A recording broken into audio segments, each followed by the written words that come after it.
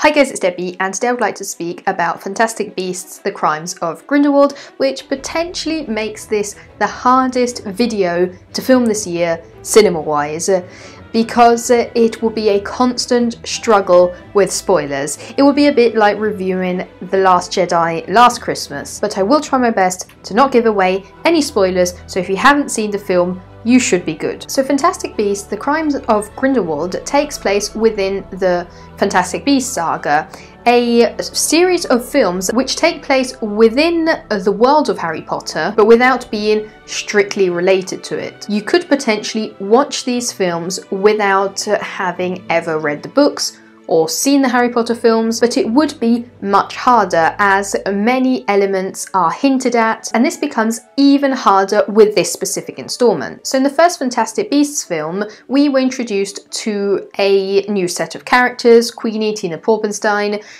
Jacob Kowalski, the main protagonist Newt Scamander. This team ended up being caught in a huge adventure which eventually led them to meet an evil dark wizard, Gellert Grindelwald. The film made an evident effort at creating a totally new storyline, at helping the audience come to terms with the reality that this is more of a spin-off series, while still homaging the old atmosphere, the nostalgia the Harry Potter films had left the fans. So the film was dotted with references, memory triggering elements, and there were also some very dark elements, something which was very distinctive of the last 3-4 Harry Potter books and films, which as a saga tend to move from the delightfulness of magic to more adult and darker themes. As a matter of fact, this year's film, Fantastic Beasts: The Crimes of Grindelwald, has a much darker tone, as it mostly covers the Wizarding World's struggle with Grindelwald's power. Grindelwald is one of the most powerful wizards to ever exist. The film really highlights how skillful he is as a magician, and also how dangerous he can become, as his ideology is far from right, but also very persuasive. Our old hero, Newt Scamander, teams up with Albus Dumbledore, a very famous wizard, teacher at Hogwarts, the School of Witchcraft and Wizardry we all knew from the Harry Potter series, and this again is why this film is so hard to follow without knowing the source material. Newt again teams up with his old friends Queenie, Tina, Jacob Kowalski, who join the team in this tough challenge of defeating Grindelwald. So what did I think of this film? I am a die-hard fan of everything related to the Wizarding World. I was anxious upon going to see Fantastic Beasts and Where to Find Them because I was afraid it would have ruined all the magic, and it definitely didn't. But then again, I was afraid upon going to see The Crimes of Grindelwald because it had so many references to the source material, even just starting from Albus Dumbledore, one of the series' most beloved characters. I didn't know what to expect of Grindelwald, of Newt Scamander's evolution as a character, and to sum it up, this is not a Goblet of Fire Harry Potter chapter, but I loved it for a number of reasons. Number one, the characters. Grindelwald's character, one of the most important in the film, the title character, was fantastic. He was the main element I and many other people were afraid of. I think mostly because everything we had ever heard about Grindelwald was totally hushed. For years, all we managed to gather were these vague hints at who he was, what he had done. We never really had a clear picture of him, and then he is on screen, and I think he was great. I think Johnny Depp was great at portraying him. He managed to maintain that mystery that surrounds Grindelwald. He didn't suddenly pop on screen to hundreds of thousands of viewers and just give away every single piece of information we never received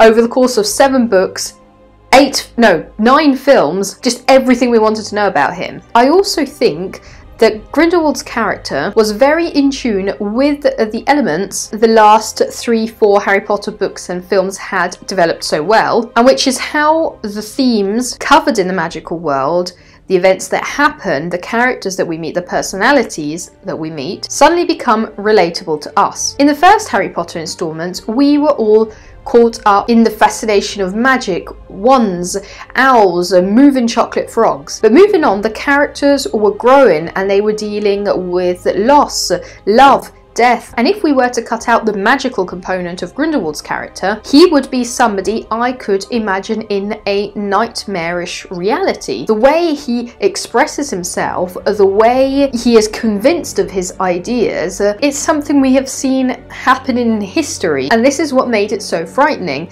I think this might also have to do with the fact that this film and the other Fantastic Beasts film were directed by David Yates, who was the director again of the 3/4 last Harry Potter films. But as you can tell, I'm really trying to not give away anything too relevant to the plot.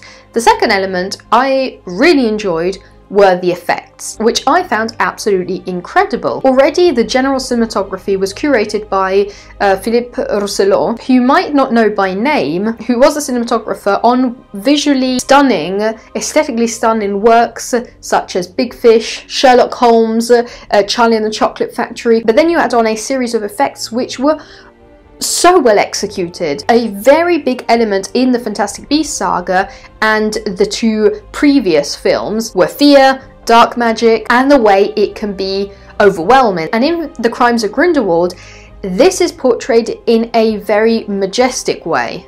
Well, thanks Debbie for telling us all of this. So why is Fantastic Beasts: The Crimes of Grindelwald being destroyed by so many people? The main concern I have gathered upon catching up with many negative reviews is that the film was considered boring, that there was nothing really going on. I kind of get where these feelings are coming from, also because we were used to such big plots in the previous, again, films. But at the same time, I don't think The Crimes of Grindelwald was so empty, so boring. By watching this film, you discover so many details. I definitely agree that some elements should have been cut down, cut out, or reorganized in another way. For example, the Credence Barebone storyline was built up in a very complicated and, I must say, unnecessary way. But we received information on so many elements that are totally new to us, and after the first Fantastic Beasts chapter,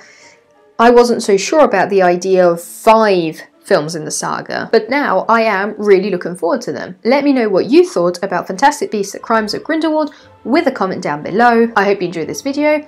If you did, make sure to subscribe, and I'll see you soon. Bye.